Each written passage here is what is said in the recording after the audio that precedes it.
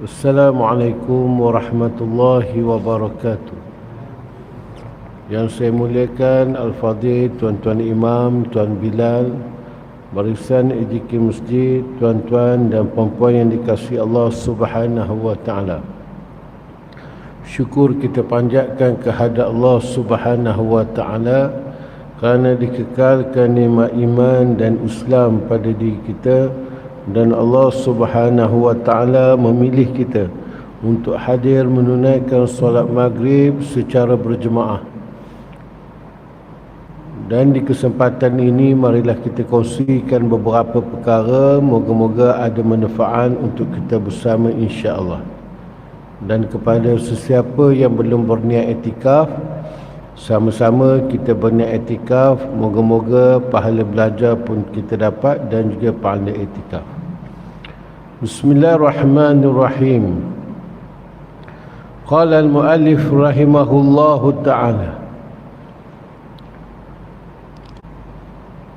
Tersambung kitab Durus Samin pada menyatakan mukjizat Nabi sallallahu alaihi wasallam.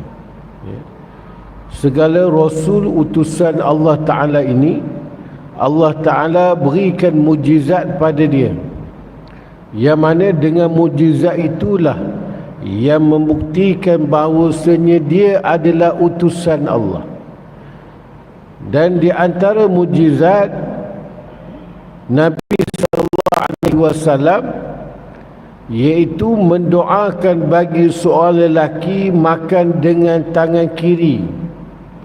Maka sabda Nabi sallallahu alaihi wasallam yang bermaksud makan olehmu dengan tangan kanan.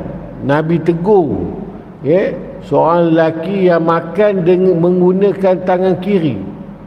Nabi tegur dia supaya dia makan dengan tangan kanan. Maka kata lelaki tersebut, tiada kuasa aku memakan dengan dia. Dia kata aku nak angkat tangan tak boleh, tangan kanan tak boleh. Itu yang aku guna tangan kiri tu.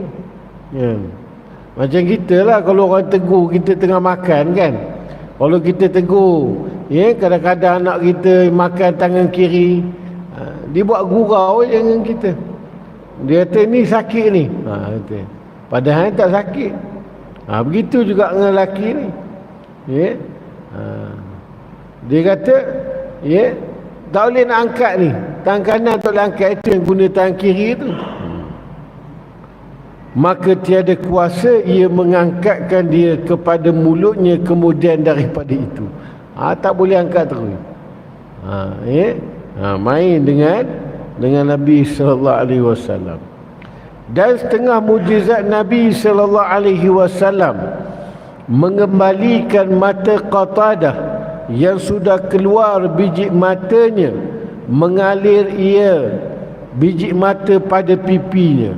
Dah terkeluar, tersembuh dah, sampai ke pipi, biji mata dia meleleh, biji mata dia sampai ke pipi. Maka mengambil dengan tangannya yang mulia, dimasukkan kepada matanya. Nabi ambil balik mata Qatadah tu, buat masuk balik dalam lubang biji mata tu. Gitu.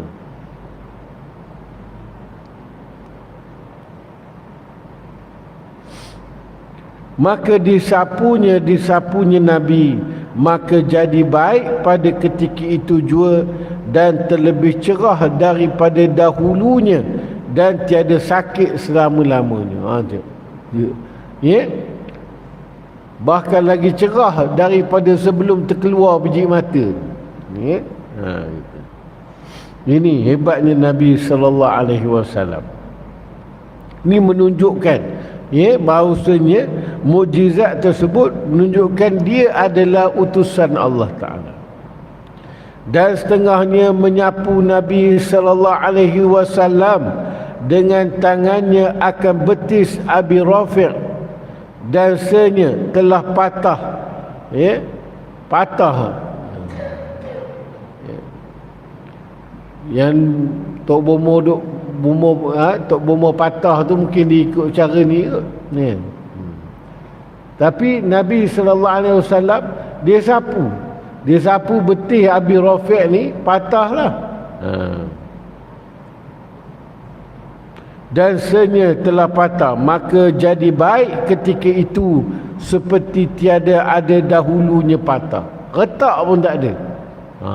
Elok je. Ni ya, mujizat Nabi SAW. Itu yang menunjukkan bahawasanya ya, segala utusan Allah Ta'ala ni Allah Ta'ala berikan mukjizat, iaitu perkara yang mencarikan adat yang pelik ya, yang berlaku pada utusan Allah Subhanahu wa Ta'ala. Qala al-mu'allif rahimahullahu ta'ala, wa amma burhanu wujubil amanati lahum alaihimus salatu wassalam fali'annahum law khanu bifi'lin muharramin. Minta maaf, saya dah baca tu ni. Baca lah. Baik. Qala al-muallif rahimahullahu ta'ala. Itu dia. Ya, sifat-sifat Nabi SAW ini, hukum akal dia yang kita ceritakan bahawasanya wajib, maknanya tak boleh terima oleh akal kita. Segala rasul ini tidak bersifat dengan sidik, amanah, tabligh dan juga fatanah. Setengah kitab ya, sidik, amanah, tabligh, amanah, gitu je. Fatanah, sidik, tabligh, amanah. Ada pun fatanah dia dah termasuk dalam tabligh dah. Cerdiknya Nabi SAW. Sebagaimana berlaku pada perjanjian Hudaibiyah. Waktu perjanjian Hudaibiyah tu berat sebelah tu.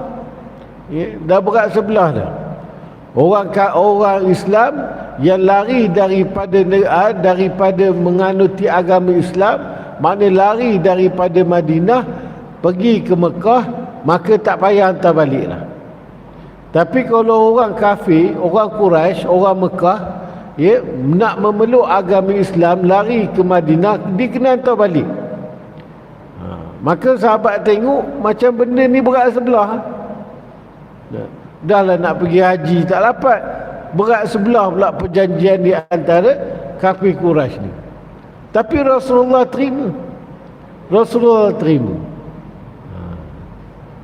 Orang ikut kan memang macam tak adil. Tapi bila sahabat Nabi SAW ya, dia bukan mempertikaikan ya, sahabat Nabi tak diikut 100% apa yang Nabi lakukan dan apa yang Nabi sebutkan. Tapi dia orang sepelik lah. Tak. Kenapa Nabi terima? Maka Nabi SAW bersabda, sungguhnya mereka yang lari daripada kami, sungguhnya telah murtad, yang ini terkeluar daripada Islam. Orang yang murtad kita nak bela buat apa? Adapun orang yang telah memeluk agama Islam, jika dikembali kepada tempat dia iaitu di Mekah, moga-moga dia dapat mengembangkan agama Islam tu. Jadi Nabi ni cerdiknya dia dah pandang ke depan dah. Begitu juga dengan seorang lelaki, dia nak masuk Islam. Dia kata, wahai Rasulullah, aku nak masuk Islam ya, tapi aku di 3 syarat. Untuk diri aku sajalah. Nah, orang lain tak perlukan syarat ni. Untuk aku saja, khusus untuk syarat ya, perkara tersebut 3 perkara. Maka Nabi kata, apa 3 perkara tu? Maka dia kata, setelah aku memeluk agama Islam, aku nak berzina. Sebab dulu sebelum memeluk agama Islam, aku berzina. Boleh tak? Nabi kata boleh. Tak? Terima syarat tu. Lepas tu dia kata yang kedua, aku nak minum arak lepas daripada aku memeluk agama Islam. Boleh ke tidak? Syarat ketiga, dia kata boleh. Kedua. Yang ketiga dia kata dia nak berjudi. Kan? Maka Nabi pun kata boleh. Maknanya terimalah syarat dia. maknanya bukan maknanya boleh suruh buat, tidak. Maknanya dia bagi syarat tu, Nabi terima syarat tu. Maka Rasulullah kata, tapi dengan satu syarat. Syarat dia jangan bohong. Itu je. Dia fikir, aku bagi 3, Nabi minta 1, takkanlah tak lepas kan. Dia pun setujulah, menganut agama Islam. Maka bila dah lepas menganut agama Islam tu, jumpalah kawan dia yang sama-sama berzina dulu. Bila jumpa kawan lama ni, dah lama tak berzina, rasa nak buat lagi lah. Bayar pun, tolong bayar pun tak apalah. Dia kata, aku dah sediakan perempuan, jom kita sama-sama melakukan zina. Maka bila dia nak melakukan zina, dia teringat perjanjian dengan Nabi SAW. Ni Nabi kata jangan bohong. Ni kalau Nabi tanya aku, kamu berzina ke tidak, takkan aku nak kata tak berzina. Kan kalau aku kata berzina, hukum dia rejam. Tak kata berzina, aku berzina. Penyudahannya tak jadi berzina. Sebab dah janji dengan Nabi tak nak bohong. Jumpa pula dengan kawan yang minum arak. Ajak pula minum arak. Dah lama tak mengopi, mengetih arak sekali gitu. Elok nak minum tu teringat janjian dengan Nabi SAW. Tak boleh bohong. Kan kalau aku minum, buku Islam kena rotan. Kan kalau Nabi tanya kan, aku dah minum. Nak kata tak minum, dah minum. Kan kalau aku cakap dah minum arak, kena rotan pula, langsung tak jadi minum. Begitu juga dengan berjudi, begitu. Teringat dengan Nabi. Maka dia jumpa Nabi SAW. Dia kata, wahai Nabi Allah, dia kata, aku bagi kamu 3 syarat, tapi kamu bagi aku 1 je syarat. 1 syarat tu dah menghapuskan ketiga-tiga syarat tu. Tengok cerdik ni Nabi Fatana. Tu sebab kita bila tabligh tu nak menyampai tu kena cerdik. Macam kita nak tegur orang juga, walaupun orang tu buat perkara yang salah, tapi janganlah tegur waktu dia tengah berpeluh. Ini dahlah dia tersalah, ngangkat kemah umpamanya, program patut letak sini, tapi dia letak tempat lain. Bila dah habis angkat peluh pun tak kering, kita pun nak marah-marah dia, bagi tahu salah, tak kena tempat, tak ikut susunan kan. Tidak ke dia tengok kita tu rasa macam nak sangkut je dekat kemah tu. Dah lah tolongnya tidak. Lepas tu bila orang buat salah terus.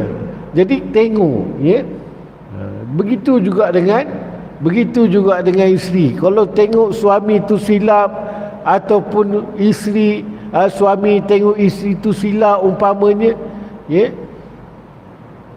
tegur dengan cara yang cerdik. Kadang-kadang isteri orang kata masak tu termasin umpamanya,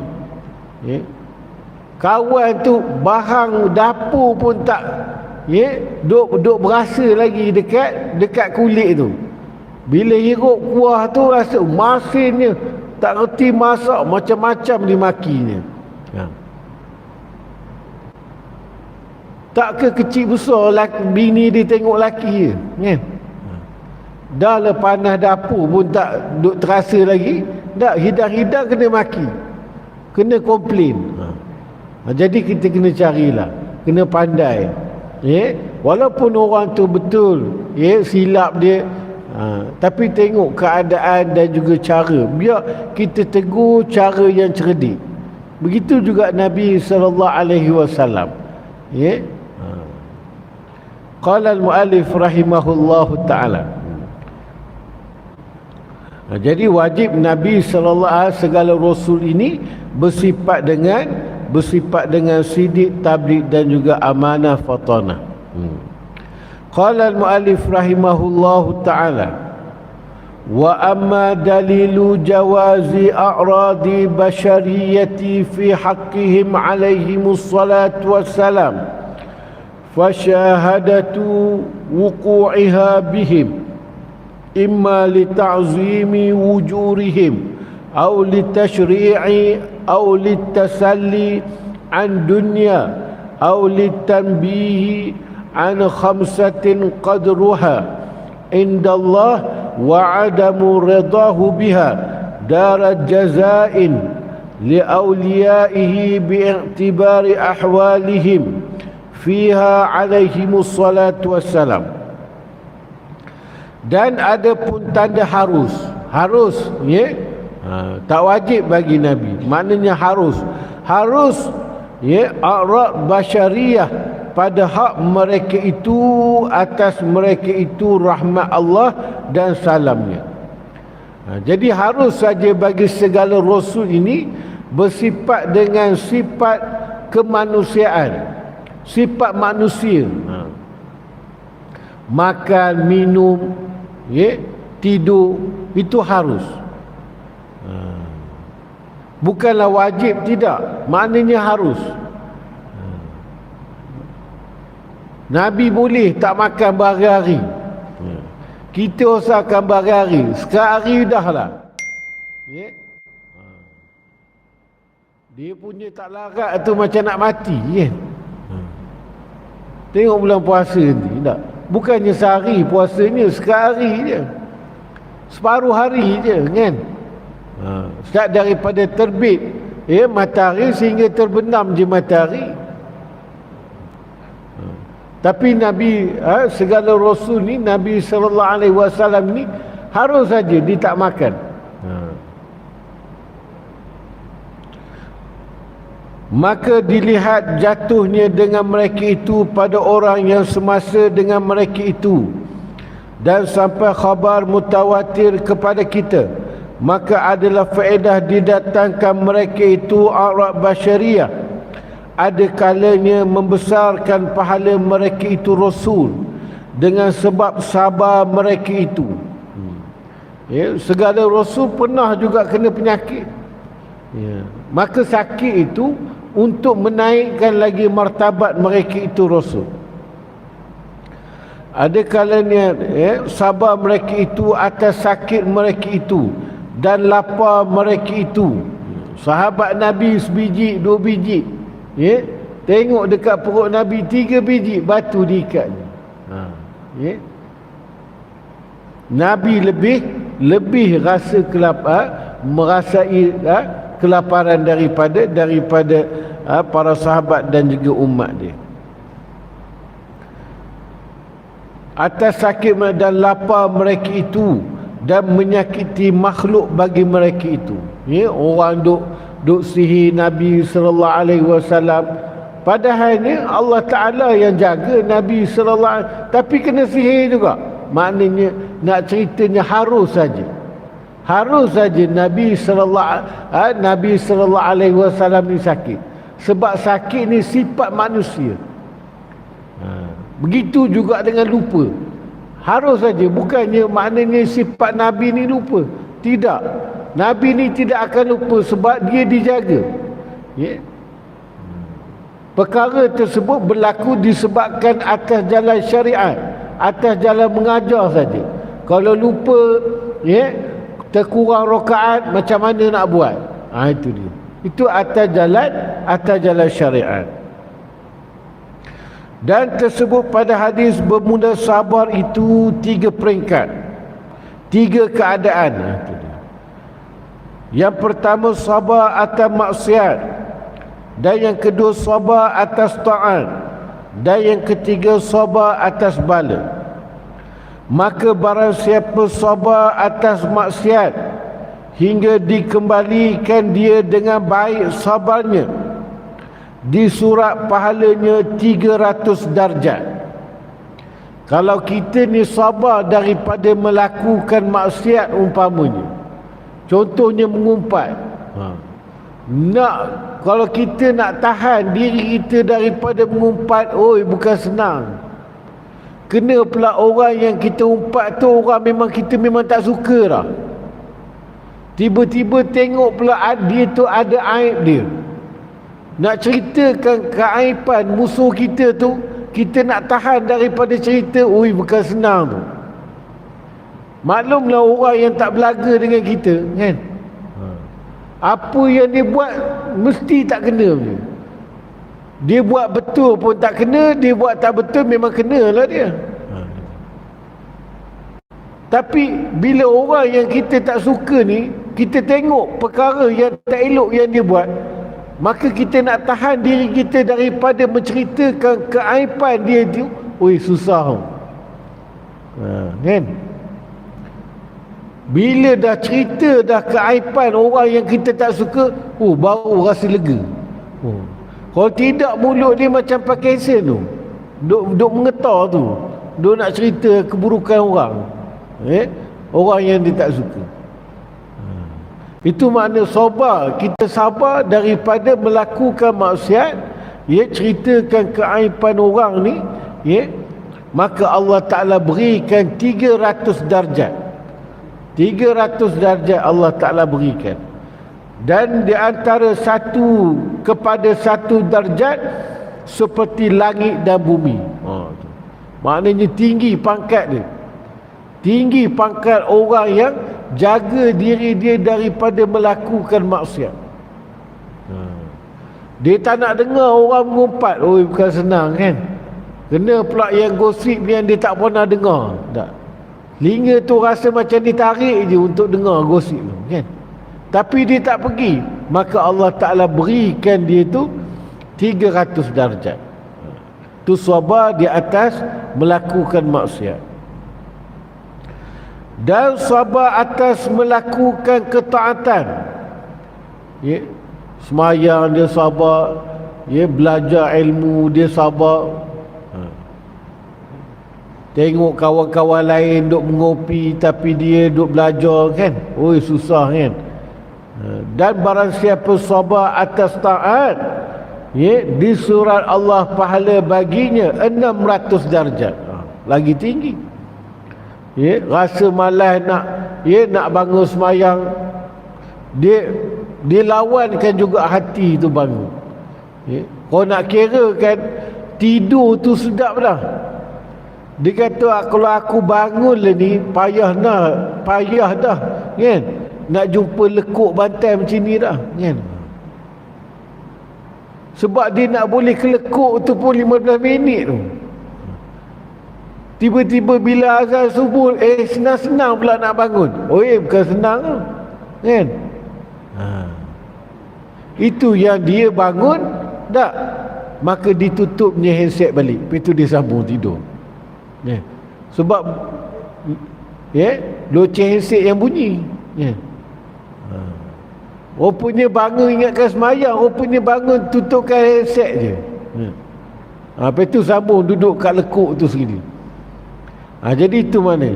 Tapi kalau dia bangun, walaupun sedap tara mana sekalipun, bila dah sampai waktu azan dia bangun, ataupun dia bangun awal umpamanya, maka Allah Ta'ala berikan 600 darjat pada diri dia. Lagi tinggi pangkat dia.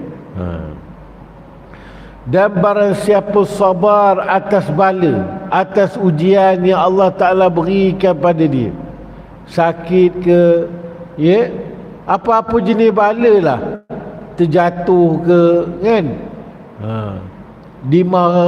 orang marah pada dia sabar.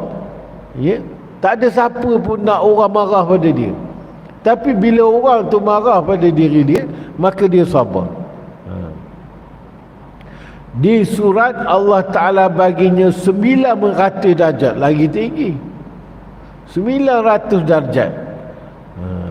Antara satu darjat di bawah bumi, yang ketujuhnya hingga ke puncak arash 2 kali. Gitu. Punya tingginya. Di antara satu-satu darjat Allah Ta'ala angkat. Tapi syarat kena sabar. Syarat kena sabar. Ini bila kita kena gaul sikit kan. Orang kata kenapa jalan terjengkut-jengkut tu. biasalah gaut, tapi nak buat macam mana kan? Dan Allah Ta'ala tentukan macam tu. Tapi patutnya yang kawan tu yang kena, sebab dia kan jarang datang masjid. Pula dah starting tu macam dah reda dah, ujungnya menyalahkan pula takdir Allah Ta'ala. Jadi kalau Allah Ta'ala berikan ujian pada kita, ataupun Allah Ta'ala berikan apa-apa perkara lah yang kita tak suka umpamanya, maka kita sabar di atas ujian Allah Subhanahu Wa Ta'ala itu, maka Allah Ta'ala berikan ganjaran 900 kali tinggi pangkat dia. Darjat dia Allah Ta'ala angkat darjat dia, 900 darjat. Dan ada kalanya kerana mengajar perkara yang berlaku kepada Nabi sallallahu alaihi wasallam untuk mengajar. Sebab Nabi sallallahu alaihi wasallam ni orang yang maksum, orang yang Allah Ta'ala pelihara. Ada pun perkara-perkara yang berlaku, walaupun khilafu aula sekalipun, tak berlaku. Perkara yang tak cantik pun tak berlaku pada Nabi sallallahu alaihi wasallam. Hanya Allah Ta'ala perkara yang berlaku untuk mengajar umat dia. Jadi kalau kita ni berlaku perkara yang sama, kita dah tahu dah apa nak buat. Artinya menyatakan hukum bagi orang yang lain, seperti kita ketahui hukum orang yang lupa di dalam sembahyang di sujud sahwi. Sembahyang di sujud sahwi sebab lupa. Nabi sallallahu alaihi wasallam di dalam sembahyangnya, kemudian maka sujud sahwi. Dan supaya kita tunaikan sembahyang duduk atau tidur bagi orang yang sakit, sebab Nabi sembahyang duduk tak kala sakit pada zaman tak kala sakit dan pada zaman takut. Nabi pernah juga sembahyang duduk waktu sakit.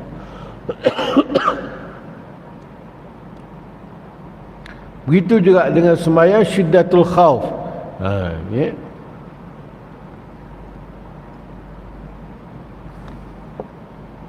Qala al-muallif rahimahullahu ta'ala, maka sekaliannya itu daripada perbuatan Nabi sallallahu alaihi wasallam, kerana ia hendak mengajarkan umatnya.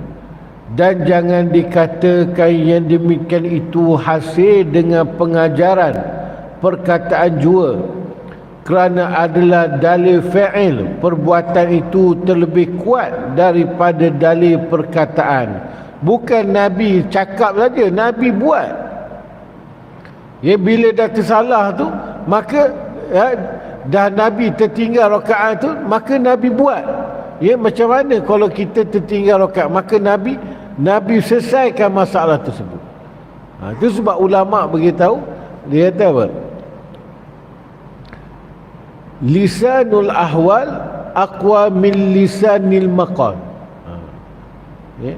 Keadaan, perkataan, cakapan keadaan itu lagi kuat daripada cakapan perkataan. Kita suruh sedekah, tapi orang tak nampak pun kita bersedekah. Yang orang nampak kita terima sedekah, itu orang nampak. Jadi orang kata, ini betul ke ustaz ni? Tak. Dia suruh orang bersedekah, tak.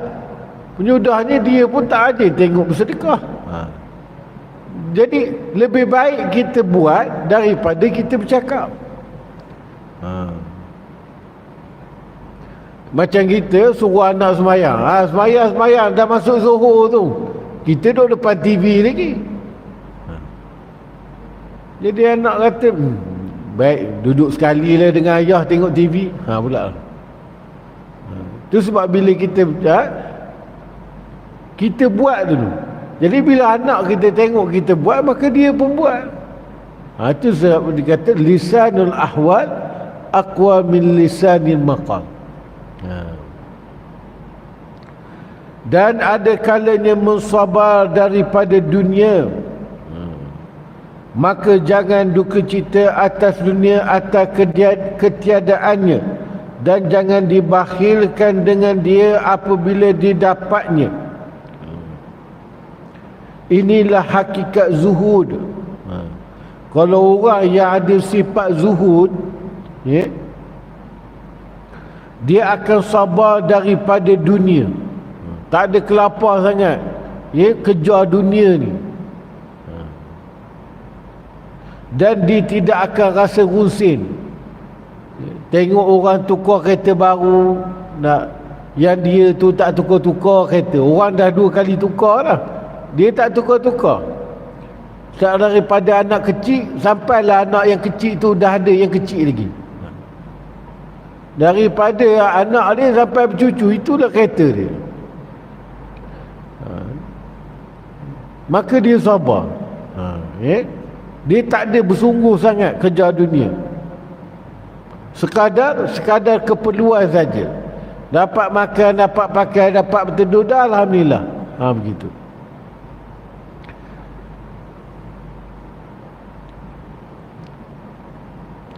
Dan jangan dibakhilkan dengan dia apabila didapatnya. Dan bila didapat nikmat, dia dapat lebihan, maka dikongsikan dengan orang ramai. Walaupun dulu dia tak ada, dulu dia cukup-cukup je untuk keperluan dia, tapi bila Allah Ta'ala luaskan rezeki dia, maka dikongsikan rezeki itu dengan orang lain juga. Itu makna zuhud. Bukan makna zuhud ni, ya, kopiah berkelarah, ya, baju jubah kuning, itu bukan zuhud. Itu pemalas tu.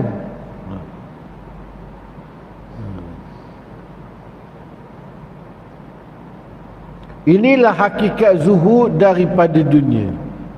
Kalau nak tahu orang yang zuhud dengan dunia, ya, dia tak dapat, dia tak rasa susah hati, ya, dia dapat nikmat, dia kongsikan dengan orang lain. Itu orang zuhud.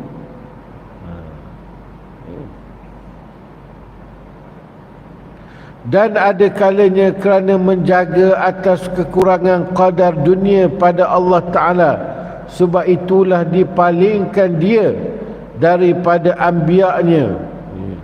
Dan Nabi SAW adalah sehingga dipalingkan daripada dunia serta kuasa ia meluaskan di dalamnya.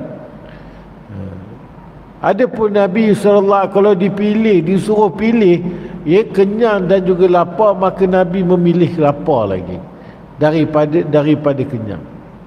Itu sebab Nabi SAW, ya, di antara adab dia tu, ya, kalau orang-orang yang soleh ni, ya, pun begitu juga.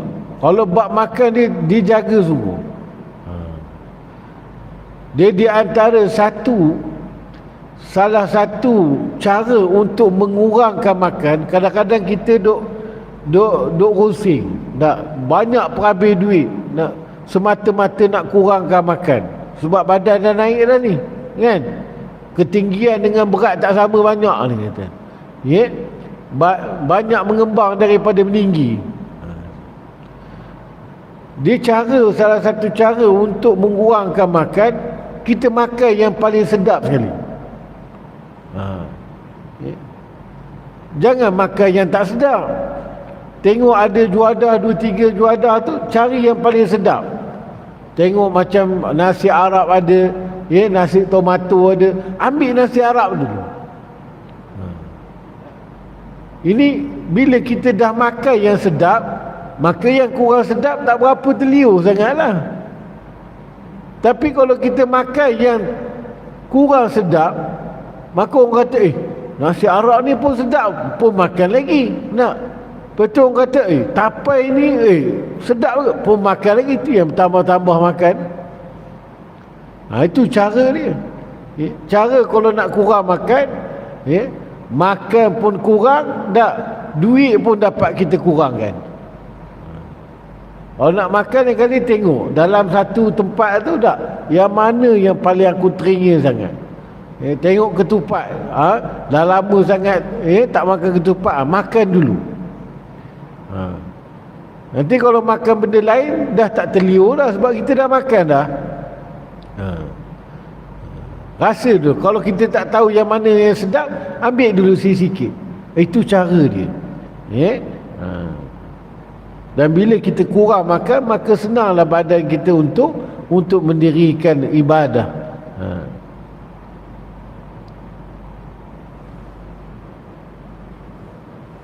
Qala al-muallif rahimahullahu ta'ala. Jadi para nabi dan juga rasul ini Allah Ta'ala palingkan mereka itu daripada dunia, walaupun mereka itu kuasa untuk mendapatkan dunia. Maka adalah ia Nabi sallallahu alaihi wasallam akan memakai kain yang bertampar-tampar dan kain bulu. Nabi sallallahu alaihi wasallam dia pakaian dia ada juga yang bertampar.